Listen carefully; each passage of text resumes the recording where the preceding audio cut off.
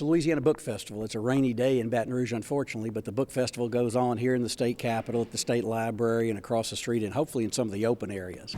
It's grown substantially in the past few years. You know, it was discontinued the year before I was elected lieutenant governor, and we brought it back after my election because I thought it was too important a literary event and an important event for Baton Rouge and for the whole state. So it's been on a very high trajectory ever since. And but for the rain, I'd say this year's would be bigger than ever. Well, we all know that if you're a reader and you're grade level ready to read by like the fourth grade, you're going to be more successful in life.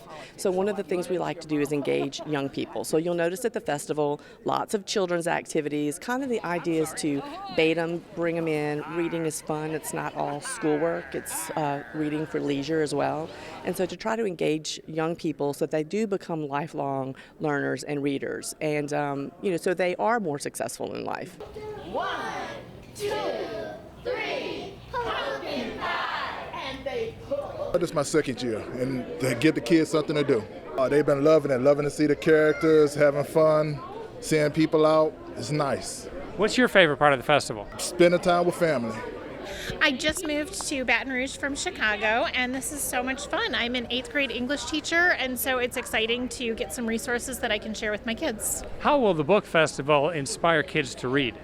I plan on I've made some networking connections, and I plan to take my kids on a few field trips where hopefully they can get into the English profession and want to go to English in college. I like just seeing the events and the tents and the different new books that are on offer. And also I bring my 5-year-old daughter, and she likes the children's activities. I drove from Natchitoches to be here for the book festival. My favorite part is just seeing all of the books, the different segments of the festival, the tents for different purposes, and all of the people, even though it's raining. We love books. I'm surprised we've missed it in the past. And we just had to see what was happening, even with a little bit of rain like this. What's your favorite part of the book festival so far? Talking to the authors. Their experiences are really interesting. I think it's a wonderful festival. It's very exciting for us to come and celebrate the book and have everybody come together, have all the children's activities, the adults' activities. So I just like everything about it. My younger daughter and my wife, they also like to see the book festival because they were here last year and they loved it. What is your favorite part of the festival? Favorite part is to visit the stalls and see various kinds of books from kids to all the way to older people. Welcome to the 12th Annual Louisiana Book Festival and the Louisiana Writer Award. On behalf of the State Library and the Louisiana Center for the Book, we welcome you to the Louisiana Writer Award ceremony, which is this award is given annually by the Center for the Book in the State Library to recognize outstanding contributions to Louisiana's literary and intellectual life as exemplified by a writer's body of work. Just a few of the past recipients include Ernest Gaines, James Lee Burke, William Joyce, Carl Brasso, and Darrell Bork, who is here with us today. Tom Piazza's, of today's recipient, Bob Dylan said, Tom Piazza's writing pulsates with nervous electrical tension and reveals the emotions that we can't define. Tom is a resident of New Orleans, celebrated as a novelist and as a writer across all aspects of American music, and the 16th recipient of the Louisiana Writer Award. He was the principal writer for the innovative New Orleans-based HBO drama series Treme. His writing has appeared in the New York Times, The Atlantic, Book Forum, Oxford American, and many other periodicals. Piazza grew up on Long Island and graduated from Williams College in '76. In New York City, he worked as a jazz pianist, wrote about music for periodicals including The Village Voice, Newsday, and Downbeat, and began to write fiction. His early stories appeared in The Quarterly, Story, American Short Fiction, and other literary magazines. In 1991, he moved to Iowa City to attend the Iowa Writers Workshop, earning an MFA in fiction writing in 1993. In a recent interview with Susan Larson in The Advocate, Tom said, "I began to think of New Orleans as home probably around the time I first saw pictures of it when I was in junior high school, looking through books about jazz in the library. It looked like no place I'd ever seen. Then when I visited it for the first time in 1987, I knew it was home. It just took me a while to move there. I've been here for 21 years now, and we're glad that you're here." Please welcome another great Louisianian, Lieutenant Governor Jay Darden, who will tell us a little more about our award winner.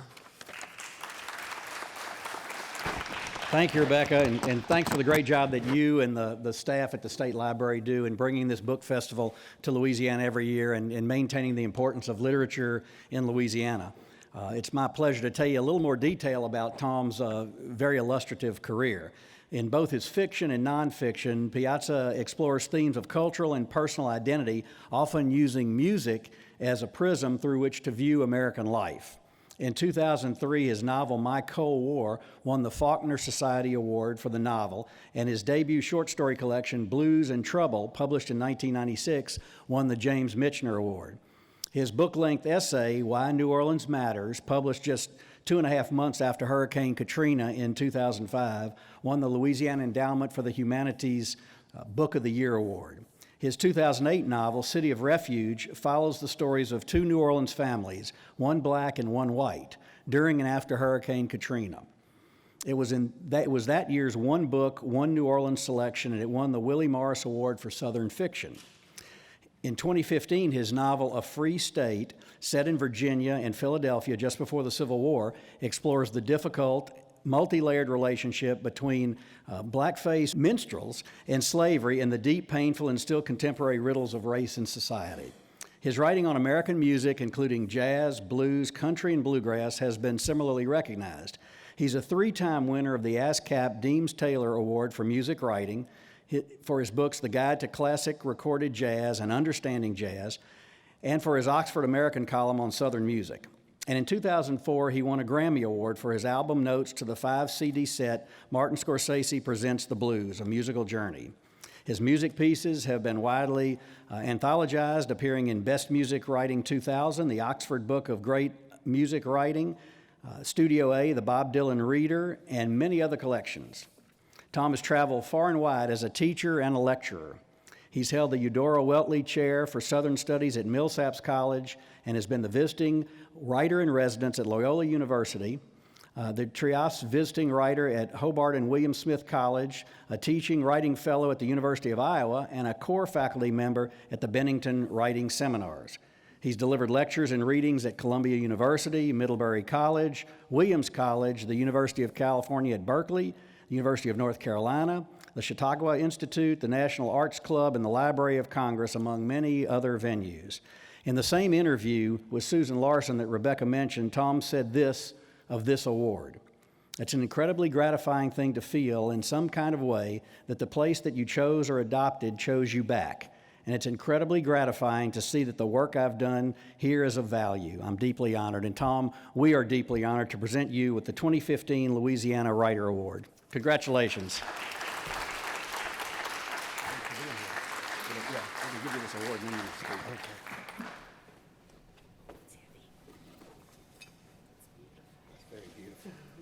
Well, that's really something.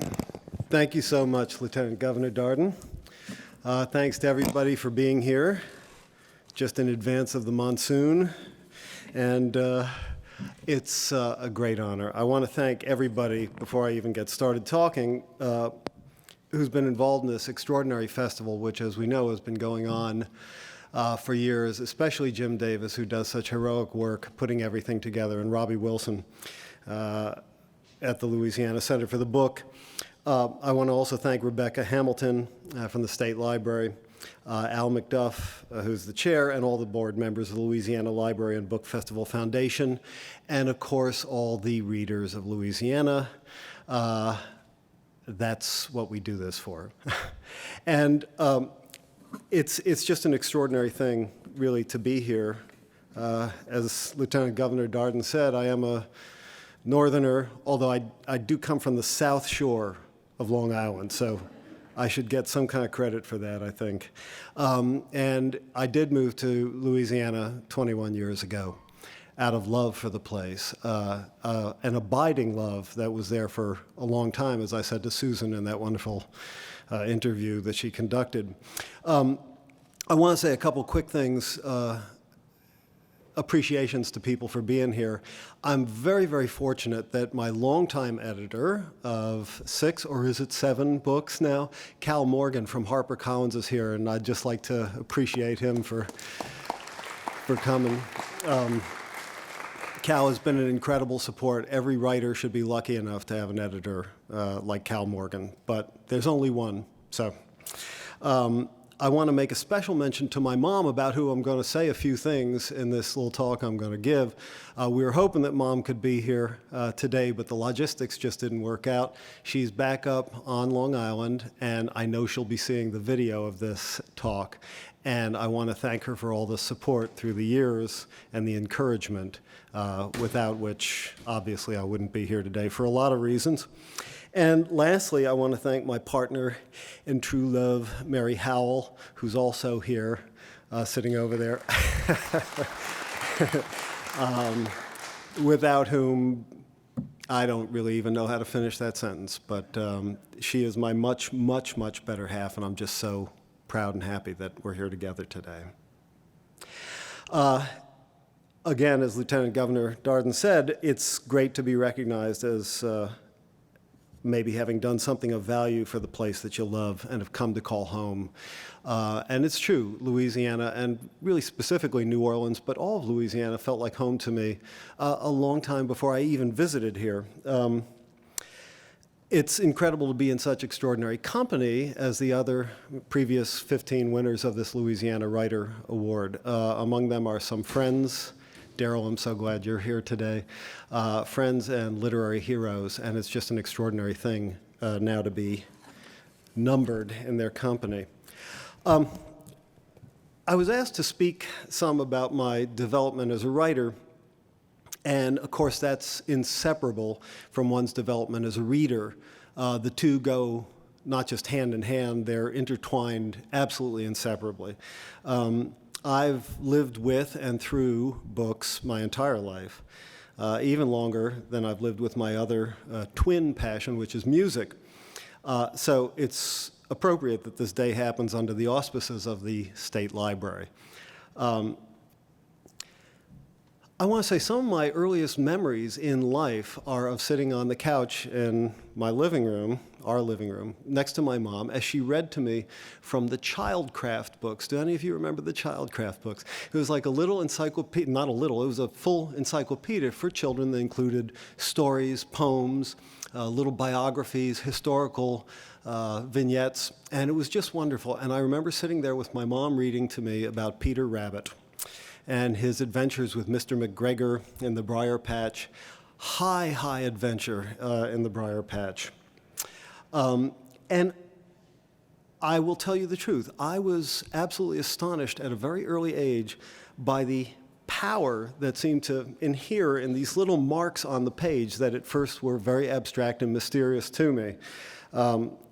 They were helped along by the book's little modest illustrations, but it was the lines, those little lines that I later learned to call letters, that summoned this world of the Briar Patch and the fence and the angry farmer and the wily rabbit. It was magic. It's still magic. Maybe because of this, I learned to read very early. I think a lot of writers do. Words, certainly, on the page had power. They brought you somewhere, and they made you want to know what happened next. They made you sympathize. They made you pull for some characters and not for others. They made you fizzy with anticipation. Just by their presence on the page, even before you knew what they were saying, you knew they were saying something.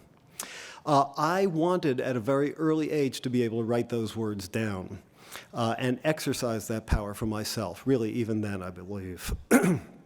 I remember, I should say, the first words that I wrote. I don't know if any other writers, I'd be interested to know, have this experience.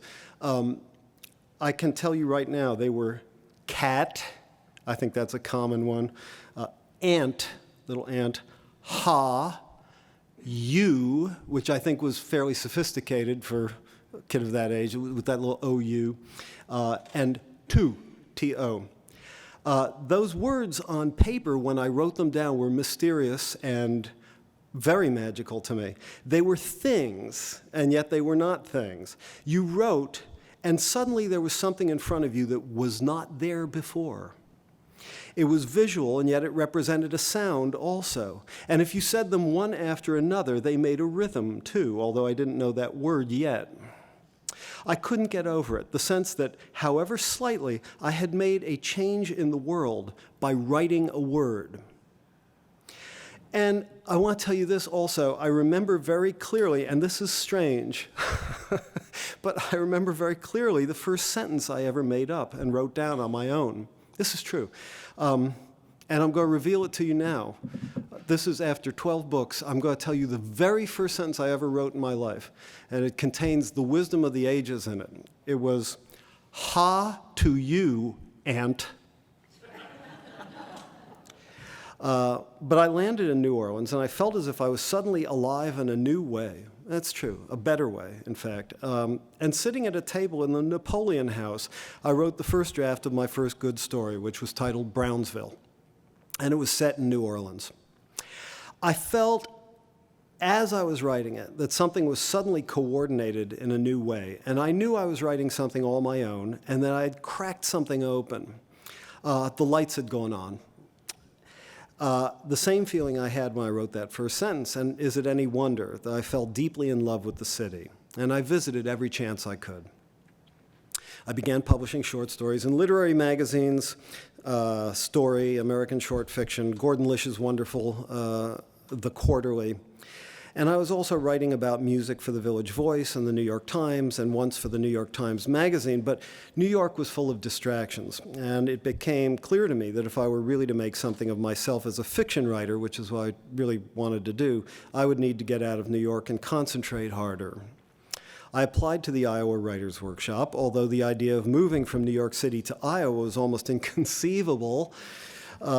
They offered me their best fellowship, and in 1991, at the age of 36, I moved don't bother doing the math now, thank you. At the age of 36, I moved halfway across the country to Iowa City. And there I wrote most of my first book of fiction, the story collection Blues and Trouble. During my second year there, I began writing for the New York Times again. And in the spring of 1994, they sent me from Iowa to New Orleans to interview Dr. John, because he had just published his autobiography, Under a Hoodoo Moon, which I recommend to you all. And I decided to move to New Orleans, and I did in late August of that year, 1994. So I've been in New Orleans 21 years, sorry. It's hard to believe. I've also learned about Lafayette and Eunice and a lot of wonderful places in Southwest Louisiana. So many friends have taught me so much being here.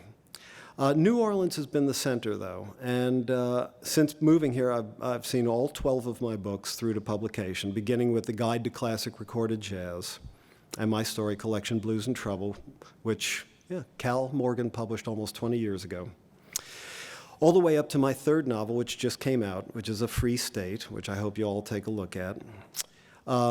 New Orleans and Louisiana in general have been the place where I felt free to be who I am, and where my imagination has been stimulated, and where I've been given the gift of community. I was and I am extremely proud that in the aftermath of our collective trauma in 2005, the failure of the levees that we call Katrina, for convenience, I was able to write a couple of books that seemed to have been meaningful to my fellow Louisianians, and particularly New Orleanians. Why New Orleans Matters was a kind of rebuttal, I guess you'd say, to the ignorant voices calling for the city's abandonment at that time. And then the novel City of Refuge, about, as Lieutenant Governor Darden said, about two families, one black and one white, going through the experience of the storm and the displacement that resulted. After that novel, I thought I was kind of finished writing about New Orleans for a little while, because it was really, sort of reliving all those events was took a lot. But then David Simon called me and invited me to write for HBO's Treme, and to quote a line from The Godfather, that really is an offer you don't refuse. So for the first 3 of that show's 3.5 seasons, I was a principal writer there, and that was a great, great experience. But being able to contribute something to my community this way and perhaps spread some understanding of and love for this place into the world beyond Lake Pontchartrain has been the greatest privilege and honor of my life. I'm so proud to be a part of this state and this community. And to be given this honor, the Louisiana Writer Award, fills me with wonder and gratitude. And I thank you.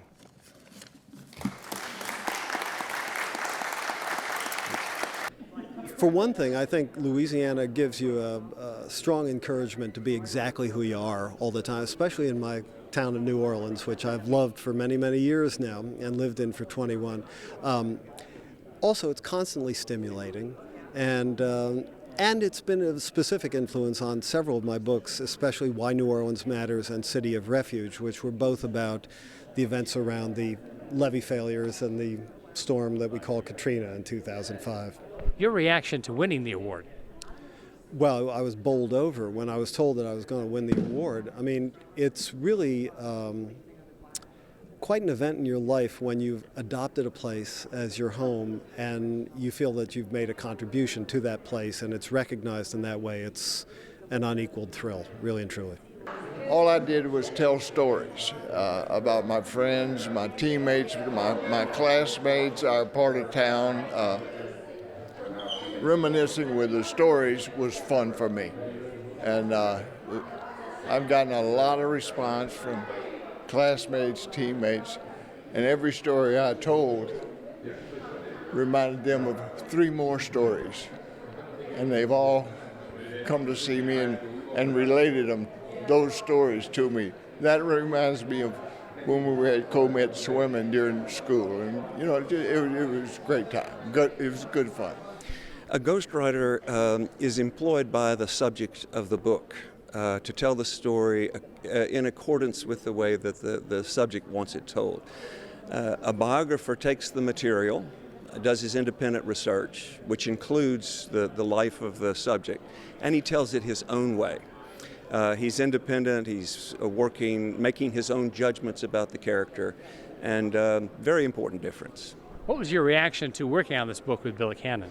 Billy Cannon, didn't really know him that well to begin with. It turns out, fortunately, he is an extraordinary individual, not just a once-in-a-generation athlete, but a very fine man whose life has been extraordinary in its own way. As a writer, it's very lonely, you know, to sit in your room all the time working on books and pounding out these words. So just coming out and meeting readers who have read your books or who've never heard of you or seen you and want to read your book. Of course, meeting authors is great, but just meeting the people who actually make us possible, you know, the people who read our books, it's such a cool experience. Writing is rewriting, except for very strange occurrences when something wonderful drops from the sky and you type it up. The rest of the time, it's learning to edit your own work and to rewrite. It's called Snakes, Guillotines, Electric Chairs, My Adventures in the Alice Cooper Group, and it's available wherever books are sold, as they say. It's about the Alice Cooper Group. Alice and I met when we were 16 years old in Phoenix, Arizona. We were high school students, and we had no idea we were going to be in a band. We were in art class together, and we loved surrealism, Dada art, and pop art. And then when I went to a movie and saw Dwayne Eddy and the Rebels play a surprise performance, I said, that's what I want to do. And then a year later, when the Beatles came out, we said, okay, we got to do a band, but we're going to not give up art to do it. We're going to incorporate art into a band. So our very first show, we were spoofing the Beatles. We were the earwigs. We wore wigs, and we were supposed to be the Beatles from Cesspool, England. You're supposed to laugh. And then we decided, well, we better learn how to play instruments now, because we loved, you know, performing in front of people, and we learned how to play instruments. And by 1964, we did the Halloween dance at Cortez High School in Phoenix, Arizona. The Pit and the Pendulum, and Alice and I, as artists, made cardboard boxes into coffins, and we made tombstones and giant spider webs, and got a friend of ours, father, to make a guillotine. Wow. So all of those elements were in the show back then, and they are still in Alice's show to this day. My new book is called Capital Dames. It's about women in Washington during the Civil War, around the Civil War period, before and after it. And it's fun, but it's also pretty grim because it's the Civil War. But I very much wanted to come here to share it with my fellow Louisianians. I grew up with women who were incredibly influential. My mother, Lindy Boggs, and her cohort of political wives were very, very important in the life of the nation, though not known about. And because I cover Congress and politics and have forever, I spend a lot of time with the Founding Fathers and thought, wow, the women of that period, the Founding Mothers, must have been at least as influential as the women of my growing up time. But when I went to learn about them, there was nothing written other than a couple of good biographies of Abigail Adams. And so I had to write it if I wanted to learn it. And so I started down this path. But what got me started is a sense of urgency before I get too old to publish several books about civil rights movement from the inside. The book I have here is on Freedom Summer in Mississippi, but I was one of the few white Southerners in the leadership positions with Dr. King in the civil rights movement. Initially, I wanted to be an actor, and I studied at Juilliard briefly, and a woman who became a mentor to me said, I think you're very talented, but you don't love it enough, and she was right. She said, but you're always writing, so why don't you do that? And you tend to write to people to help you with whatever you're doing. Why don't you write to a writer? And that's when I wrote the letter to Tennessee Williams. And a few months later, he answered it and called my mother, my parents' home in Baton Rouge, and my mother said, someone claiming to be Tennessee Williams is on the phone. And I rushed to New Orleans, and we wound up spending 5 days together. And that was the beginning of the book. And I never knew it would take 25 years to write, because it's hard to get people like Elizabeth Taylor and Katharine Hepburn and Marlon Brando and Jessica Tandy to sit down and talk to you. And then I would write for television or magazines, newspapers. So writing was always what I felt most comfortable doing. Storytelling, oral storytelling for me, and so I grew up, listening to people tell stories. I can't tell a story, but I learned early on I could write one. Wrote a novel called Where All Light Tends to Go. Came out earlier this year. It's about an 18-year-old boy trying to transcend a family legacy of violence. I think I wanted to be a writer from very early, mainly because I loved reading. You lose yourself in a book. And because I suppose I must have been a lonely kid, and there's nothing like writing that gives you a reflection of yourself. So, if you're alone, at least you have your own company. It's like a reflection, and you can communicate, and you're not alone anymore.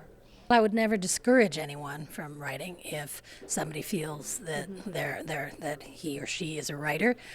I would say, if you want to be a writer, if you want to be a journalist especially, it's very good to have a specialty, to be good at something, to have special knowledge of a certain subject, because that gives you a little bit of an edge. I never had that.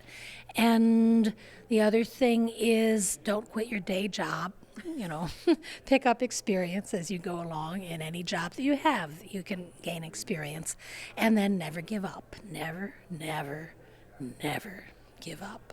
I've always written since I was very young. I had teachers who really propelled me toward writing by reading great books and always encouraging my work, and I just sort of stuck with it over the years. At every point when I was maybe ready to give it up, there was somebody that stepped into the breach and encouraged me to keep going. As a parent, I found it's very useful to turn off the internet, and then they immediately seek something new. And a book, once they discover it, they realize there's as much imagination and there's many endless corridors in a book. As a young person, I think you just have to. It's hard to make a young person read, I've found. It's almost like you have to wait, and you have to give them the right books, expose them, first of all, to the right stories and books, and it will happen if it's meant to happen. write, write, write. Read, read, read. Read good writers. If you're going into journalism, start community news and observe what other writers do. I'll admit it, I filch from other writers. Ernest Hemingway was instrumental in getting me to write in short paragraphs. Yeah, and William Zinsser, the godfather of us all, in terms of usage, got me to pare down my sentences. And you just look for what you can, frankly, look for what you can get away with sometimes, if you can get it past an editor. And but just practice writing. There's no substitute for it. What helps to organize, sometimes when you have something that's so complex, it helps me to go running. I have all these thoughts in my head, and I just toss them around like veggies in a salad. And eventually, by the time I finish a couple of miles, I'll have it. But you have to practice for a long time to get to that level. I'm not saying I'm at K2 or even base camp on Everest, but it takes time. And another bit of advice, find a mentor. Find someone who will take time with you to explain the nuances, to get you to shape your sentences, to shape your questions if you're doing nonfiction. I had a thesis advisor who was toning down my prose, and I was writing about blacklisting and how awful it was, and my advisor was cutting out chunks, and he said, "Pope, the stiletto is just as deadly as the bludgeon." I love writing screenplays. I love that format. I enjoy working in that format, but it takes a long time. You can send screenplays out for a long time. It takes a long time for anybody to really see them, or for it to get picked up for development. If it ever gets into development, that can take a long, long time for it to ever make it to the screen. And even if you're going to do it yourself, that can be an incredibly long process to bring a movie to the screen. And I thought, well, maybe that's a way to get it out into the world where people can see it, and to get my story out into the world and share it with people. And I enjoy other people's drawing. I love to watch movies, and there's just something about it. It kind of combines something I love about books and literature with what I love about movies, and I find it a lot of fun, and I just really enjoy it. Coming from a culture of storytellers, coming from a place that does have that uniqueness, and that's part of what makes Louisiana Book Fest great, is that we come from this place that is very different and is outside of a culture that's increasingly homogenized and increasingly similar, and with increasingly the same accent. We're still various and unique, and when you're from that, it's difficult not to catch those voices and not to catch those stories. I have always been a writer, but for a long time I didn't realize it. I was always the kid in school that the teacher picked out to do the newsletter, added to the literary magazine. And then I went to law school, and for 30 years I was a legal researcher and writer for the state appellate court system. I retired from that, but while I was doing that, I used to moonlight for New Orleans writers through a group that used to be called the New Orleans Writers Network. It was only professional writers who were earning their living by writing. And I would copy edit and do various things that were not legally related as my moonlighting job. So when I retired from legal writing, I became a full-time writer, and now I have basically 5 books out, and I'm the Covington reporter for the Times-Picayune. I also am a cookbook reviewer for Random House. My advice for young writers is, if you want to become a fiction writer, if you start looking at the career paths of a lot of the national fiction writers, this is what they did. They were English majors, they got their masters, they went to work at a university, they became involved in the literary magazine at their university, or they started a new one. They got to know other professors. They began to have their work published in those journals, and then at that point you are credible to a national fiction agent. If, on the other hand, you want to become a nonfiction writer, become a journalist. And being a journalist, you will have credibility for a national agent in trade publications that are nonfiction. My career as a writer has been about 2 years long. I wrote a book. I thought people would like it, and I put it out there, and people kind of did. And they bought it, and here I am, hanging out with my heroes. To be able to be at a festival like this where poets are acknowledged as an important part of the writing community is really important to individual poets. What is your recommendation to someone that would like to become a poet? My recommendation is to keep writing until you find an authentic voice. You find the voice that's yours. In many, many cases, it wants to hide from you, but keep looking for it until you find your voice, and then you write the poems that you want to write. What is the hardest part of writing a poem? The hardest part of writing a poem is finishing it. Starting it is fairly easy. You know, I can get a first line, without very much thought at all. But 50 revisions later, I'm still trying to make it all of a piece, and that's the hard part. Being a writer is difficult. It's you have to be a hustler because you have to make money. And that usually comes in a lot of different ways that you might not expect. So you're versatile, and but to step away from that, it's really exciting to be able to process the world in a format that is recognized, appreciated, and that you can even get money for. That's amazing, and that's really exciting. So I love being a writer. I would say to see the world as much as you can. It doesn't have to be like travel to Paris or the Himalayas. It could just be walk around your block and really notice things and talk to people that you wouldn't necessarily talk to. For me, it's having a notepad and always writing things down. I think that's important for writers. Some writers, I heard that Truman Capote had 100% memory retention, never wrote anything down. That might be a rumor. It sounds nice, but I think for most people, writing something down helps make it real on the paper, but also in your mind, that it's important, and it does something in the brain. So one big advice to writers would be always write your thoughts and ideas down, because they will disappear and then you'll never remember them. I think most writers are born, and many writers don't realize it until something sort of bites them. And I think for me, it was encountering other writers who were sort of ahead of me in the game, so to speak, and admiring them and saying, you know what, if they can do it, I can do it too. And so what did you decide to write about? Well, I'm from New Orleans. I actually went to UNO to get my MFA, and I've written a lot of short stories. And, it's funny, in the past 5 years, I went from not being very good to getting good publications with Agni, Massachusetts Review, Callaloo, and winning a few prizes like the Iowa Review Prize 2014. And it's just been a great journey. And so if you were talking to a new writer out there, what would you tell them? You got any advice, or are you just going to say, you're born? Well, you are born, but I would also say follow your heart. Every artist has a true north, and you have to follow that. But you have to find good friends and mentors to help you get to where you're trying to go, because the Arctic is a long way off and it's very cold. Title is America, Wild Turkeys and Mongrel Dogs. My late husband's name was Kenny Morgan. It's the second book that he wrote on turkey hunting. And so you may think that that's a little bit of a niche book, but he was a lifelong hunter. He was an entertainer, storyteller. He was an educator.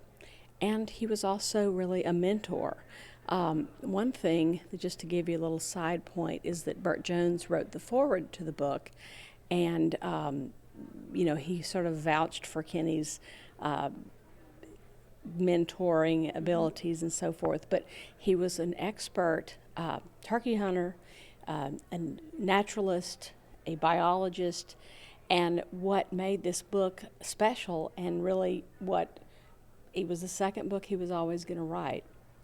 But America, Wild Turkeys and Mongrel Dogs, it's beyond just a book for hunters. We were able to elevate it to a beautiful coffee table style book, and to bring in those three disparate titles, or names in the title, that he thought of. It's a murder mystery set in New Orleans, and with a gay couple, an English bulldog, and a feisty Alabama senior citizen. That sounds fascinating. Where do you come up with that idea?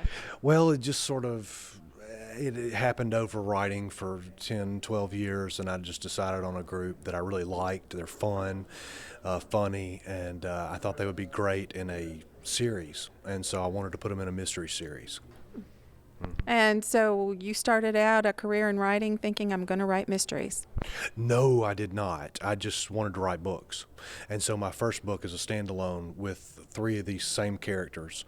And I had so much fun with them that I wanted to keep them alive in a fictional world. And so I felt like writing a murder mystery series would be the best way to do that. It was a moment when I was 8 years old and brought this silly little paper home that my wonderful mother thought was brilliant and said, you should be a writer someday. And I thought, you know what, that feels right. That sounds right. But I was a journalist for a long time. That was what I loved and really kind of stumbled into fiction. But once I found it, I've not wanted to let go. New authors. Well, 2 things. One, read not only the classics, but read what's selling today, what's popular today, and not give up. Keep writing. Write every day. I was doing another book on black gospel music, and I was in Birmingham, and I talked to some of the people who had been to the nightly meetings in Birmingham, and this is at the spear point of African American history.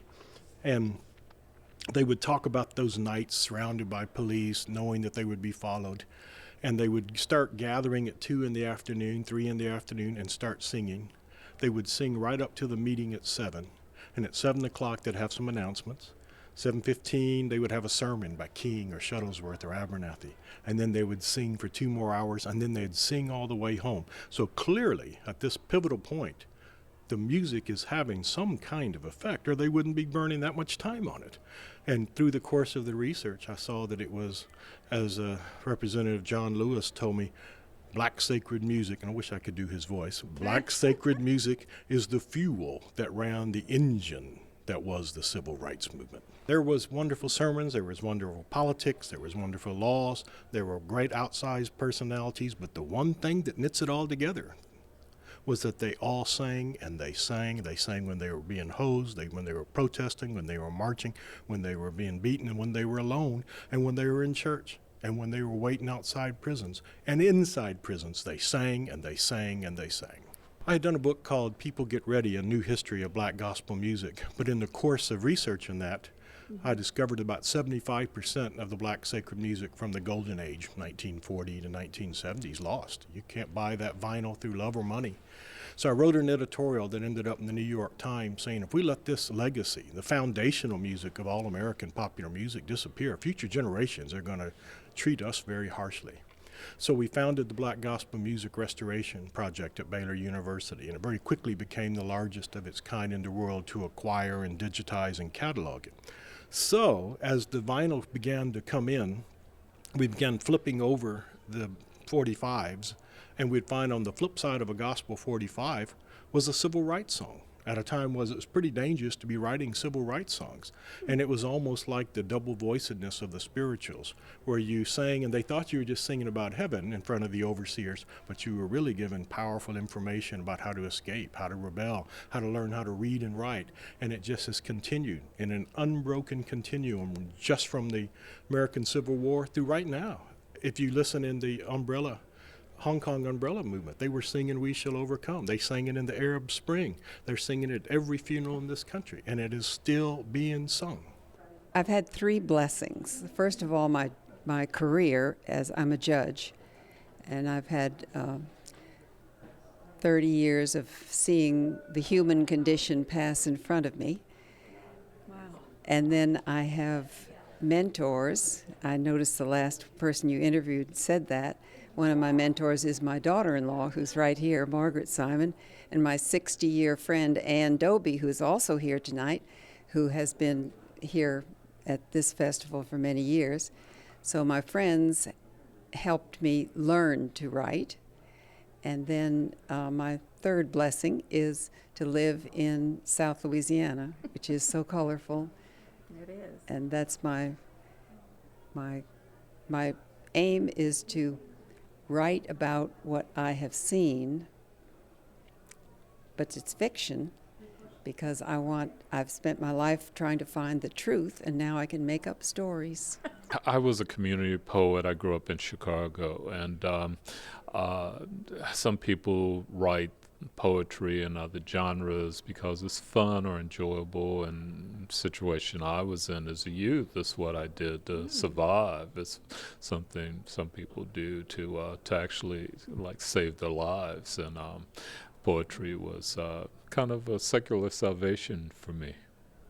If someone came to you and said, "I want to be a poet," how would you direct them? I tell them to get in the library and read as much poetry as possible, especially the stuff we tend not to want to read, the old, starting with Shakespeare and the Romantics, and work your way up. It was a stumbling start, probably, because I started out in music, and not until I graduated from college did I decide I was going to be a writer. But I write what I call creative nonfiction. I'm not a poet, I'm not a fiction writer, but I love to investigate people and ideas and events and present them in a way that is, I hope it's not too big a word, literary. I don't want to draw a big distinction between journalism and literature, but I hope this has some of the elements of good literature while we're talking about nonfiction. So you said you got started. What do you think it takes to be a good author? It takes a lot of practice. It takes a lot of reading. I think you have to love to read first, and as soon as you learn that you love reading, you want to make something for someone else to read. But then you just have to do it over and over. If you're going to play the violin, you have to play the violin every day. If you're going to write, you have to write every day. I never thought I'd write a book. For heaven's sakes, I'm a nurse. There are not a lot of nurse writers, but I wrote a book, and I wrote a book about nurses who told me things like, heartbreaking things like, I would stick with a patient. I'd never leave a patient alone until the bitter end for either one of us. I knew nurses whose kids called them during Katrina, and they said, "Mommy, the water's rising. What do I do?" And like any good nurse, she said, "Go into the attic, be prepared to leave if you have to, but stay on the roof." That poor lady did not know what happened to her children for a week. She was in the airport being evacuated, and someone ran up to her and said, "Oh, your kids are okay, your kids are okay." I would have wanted to be someplace like Charity Hospital. I would have wanted to do something, but my boss says, evacuate, catch up with us toward the end of the week. And it's a good thing I did. There are always lots of patients everywhere and a disaster. And that's what I wanted to write about. I wanted to write about my heroes. My novel is Navel of the Moon, which it focuses on the Irish Channel of New Orleans. I don't know if you're familiar with the Irish Channel, but it's an old neighborhood.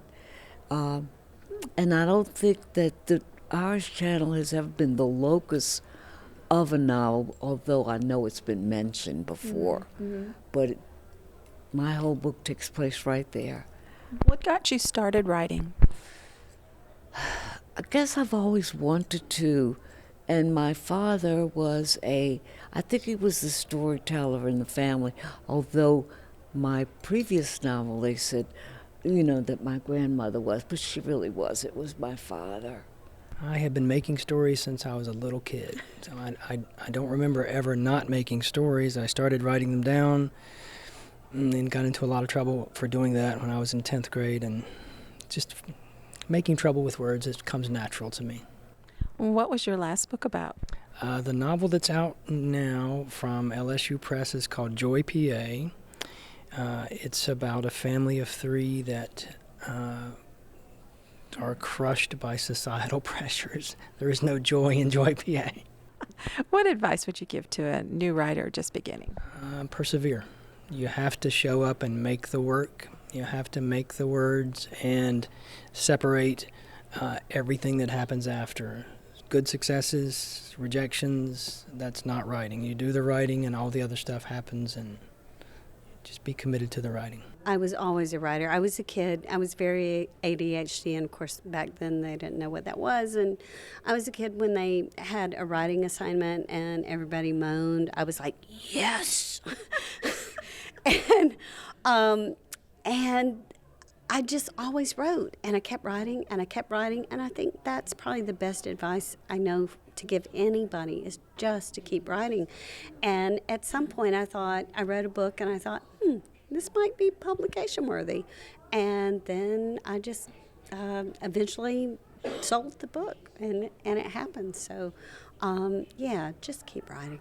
I'm a product of the college market. I was playing coffee houses, doing a one-man band thing, and I've always wanted to get the crowd involved, and because of like a good icebreaker for those, I started doing more family weekends at colleges, and then I started doing little SIBS weekends, and had so much fun with the kids because they're so easy to get involved because they're willing to do anything, that I developed a whole kids show, and for the past maybe 10 years, 60% of the programs I do are probably for kids and families. So. I have 4 new books this year. Ooh. I know, it's so exciting to see all 4 book covers on the wall in the lobby of the State Library, but I have 2 board books I'm thrilled about because I've always wanted board books and people have been asking me for them.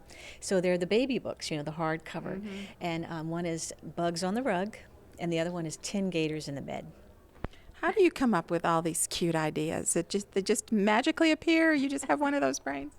Well, I get a lot of ideas from children. Yeah, awesome. They'll say something really funny, and I say, "Oh, wait, that's a book." But the Gator book is a song, and so is the Bug book is a song. But the Gator book is a traditional song, and there are 10 in the bed, and they all rolled over, and one fell out. So then I said, "Well, wait a minute, there are gators in the bed." So I always have to put. And they're all rolling over. Yeah, they roll over, and one falls out, and I have to put Louisiana spin on it. So of course I put gators in the bed. I wrote a poem when I was in first grade, and they put it in a magazine, and it had my name on it, which I thought was very cool. And then when I was about 14, I figured that I would not be pitching for the New York Yankees, and so I had to go with Plan B. And Plan B was being a writer, so that's what I decided to do. If you had advice for a new writer who decides they want to be a writer, what advice would you give them? Well, be born with a trust fund. That's very helpful when you start, because you're not going to make any money. But I would say this: if it's something you love, and it's something that your life will have less meaning without, then don't let anyone stop you. Because when you get older and your choices narrow, you will be very sorry that you didn't try. I've been a writer since I was a child. My mother was a poet and my aunts were poets, so they encouraged me to write. And I've been writing. My first book was in 1987, and this is my 5th book, so I can't even remember hardly how I started. This book is called What Went Missing and What Got Found, and it's a collection of short stories about the people who lived in Louisiana before Katrina. So it's not a Katrina book. It's a book about the characters and the styles, the things that people know in their neighborhoods and the friendships they make. So, and then Katrina sort of lets you see what happened at the end. My mom didn't realize she was creating a fiction writer when we moved around all the time and that sort of thing. Then, of course, it was reading, I think, people like Truman Capote, his early stuff, Other Voices, Other Rooms, that made a big impression on me. Wise Blood by Flannery O'Connor. I lived for several years with my great aunt and great uncle. And my great uncle was a holy roller, speaking in tongues, laying on of hands kind of preacher. Okay. And so when I read Flannery O'Connor, Violent Bear It Away, I thought, this lady's writing my biography, kind of, in an emotional sense, maybe not literal, but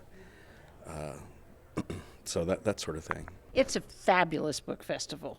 This is, I think, my 3rd or 4th time to come to it, and it is really one of the best in the country, if not the best. It gathers wonderful authors in a beautiful setting, and people just love to come to it.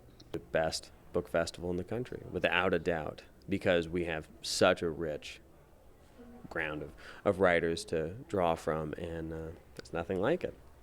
It's fabulous, and anytime you get a bunch of readers together, it is a magical thing that happens. And I think that it's important for authors to connect with readers. It's kind of like, You have an obligation to put a book out, yes, but you also have an obligation to connect with readers, and somehow in doing that, this sort of magical thing happens, and you actually sort of foster reading, and that's kind of what it's all about, really. I mean, that's why you have a festival. That's why, and that's why we're here. Yeah, we want to sell our book, but yeah, we want to foster reading. Mm-hmm. This is actually my 4th year here, and every year it gets better.